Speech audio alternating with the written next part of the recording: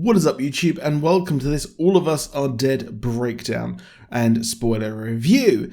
My eyes do look like a zombie after going through 12 episodes of this, and also staying up a bit late watching the Royal Rumble and playing Pokemon Legends Arceus. So yeah, I'm going to need some coffee today. All of Us Are Dead is a superb K-drama with the genre providing some of the best TV today. And, well, this is sort of like a Saved by the Bell Train to Busan. Heck, the kids even name-drop the iconic Korean zombie movie. But while zombies are the main villains of the piece, we are the Walking Dead. The real focus of the show is the lives of the students at the school and the wider world, but reality is that there is a lot of pressure on kids to do well in school these days, and even inequality between classes, which has been exacerbated by a naughty little panini that's been going on for 2 years. The whole problem here starts when a teacher of the school realises that his son is being bullied and hopes to save his son from the bullies by making a super soldier serum. However, things go very wrong when he manages to create a virus that will turn people into rage zombies, but he was hoping that it would mean that his kid was able to stand up for himself. The kid wasn't able to stand up to the bullies, and, well, he needed something to do to do this. You could argue that the kids being bullied and manipulated by the group have become zombies before they are infected, as they have given up on life. Now, one of the bullies stumbles across an infected hamster who bites her, leading Hyunju to become a zombie herself, leading to the outbreak, as Beon Chang has kept this in his room and kept her in his room as she escapes, leading her to be taken to hospital and has bitten a few people since then. All this happens as the backdrop of Cheong-san and Onjo's friendship, but she fancies a former bully, Soo Hyuk. I'm sorry if I pronounce these names incorrectly. And their weird friendship formed a lot of subplots throughout the show, and there are already 2 main groups who start to hide out in the broadcast studio, making it through, and the archery team featuring Hari, who meet up with 2 burnouts, one of the girls obsessed with the idea of college, but it's a whole thing going on there, which is a bit superfluous in my opinion, but that is part of the show. The virus spreads exponentially as Onjo's father is in the background trying to get back to his daughter, and the virus creator is taken to the police. He does sacrifice himself to save the detective, hoping that the detective can find his laptop and work out a cure for whatever this is. But, well, he did make it, so yeah. He does try to make amends for what he's inflicted on society, but we see his research over the course of the show that explains the developments the zombies go through. My one criticism of the show is that there is a lot of filler, and 12 episodes of an hour long each, it does seem to go on forever, as the main group hide out in the broadcast room, and the posh girl who you may recognise from Squid Game tries to get Cheong-san's best friend accused of being a zombie.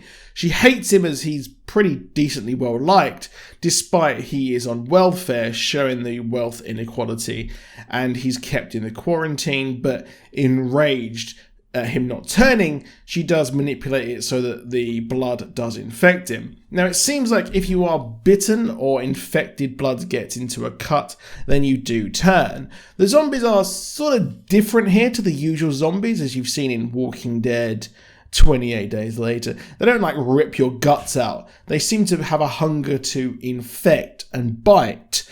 That is, or could be, some sort of sociological actual commentary that people want to turn you into them. They want to have a uniformity across, but they had a uniformity across society already, so that out of the ashes of this, they need to create something new as humans. The virus is incredibly clever and starts to evolve, with Guinam being infected, as well as Namra and Yoonji. They start to turn into a sort of hybrid, a human-zombie hybrid that are able to pass as human despite having this hunger. This is noticed when Cheong-san sees Guinam bitten, but he pops up later and he's even thrown out of a window but keeps surviving. He will not go away.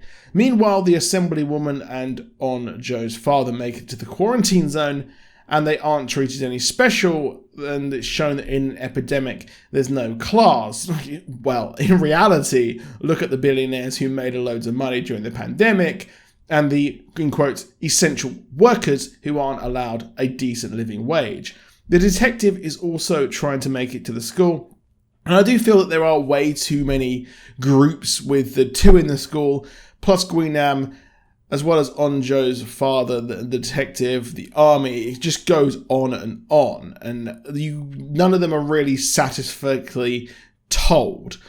Joe does eventually make it to the school, just as the group try to escape Guinam and his zombies. I thought he would properly lead the zombies because he was a bully, he wanted to control people, and that is him finally getting what he wants. But yeah, it's not as satisfying as I thought it would be.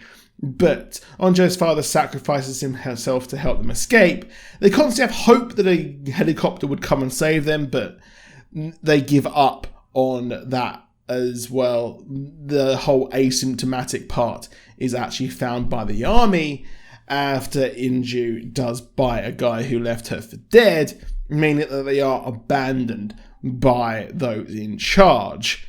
Now, this switches the show as the army decide to bomb the area, as the zombies are starting to spread outside of the area as they're running out of people to infect. The army take the decision to bomb certain locations by luring them using a frequency on drone speakers, and this complicates things for our students as they go to escape, and Cheong-san sees his mother infected as well. Now, my problem is that the kid's characterization doesn't really satisfy me, as his best friend died, his mum is dead, and he never got to really get with the girl he did really fancy. The love triangle crush, the culmination of everything didn't really work, but we see him try and save the day as he leads zombies and he pushes Jinam down a shaft as they are hit by the bombs. I never really felt the kids' drama was that entertaining, as most of it was them sitting around and chatting, and the balance between zombie survival and the message from humanity wasn't too balanced. Over 12 episodes, I feel like a lot more should have happened, but not a lot really does. Cheong-san is covered in ash and maybe survived, maybe. I want him to survive, but for the main character, he didn't really seem like the main character. The kid has managed to make it to the quarantine zone while Namra submitted to her hunger and headed back to school. 4 months later, the Hyan-san refugees are left in a state of limbo. The problem is the time for the virus to reveal itself is unclear, meaning they are in quarantine indefinitely. Does that remind you of anything? As some could be asymptomatic or a half-be. The kids reunite as one of them tries to get college admission for her fellow students, and they meet Namra on the roof. She's made her life being a sort of half-human, half-zombie vigilante saving people. She's like the Blade of zombies here, and she leaps off, indicating she maybe gets even more powers. It's a bit of a damp squib ending, but I wonder if there will be a 28-week style kind of outbreak where the quarantine zone leading them to start again. Overall, I did enjoy it. It was a bit long. It wasn't really needed in my opinion, but overall, I do hope there is a season 2, and I do think that K-dramas are providing some of the best entertainment today. But that is it for this video. Please drop a like, please just subscribe with notifications on, and I'll see you soon, and goodbye.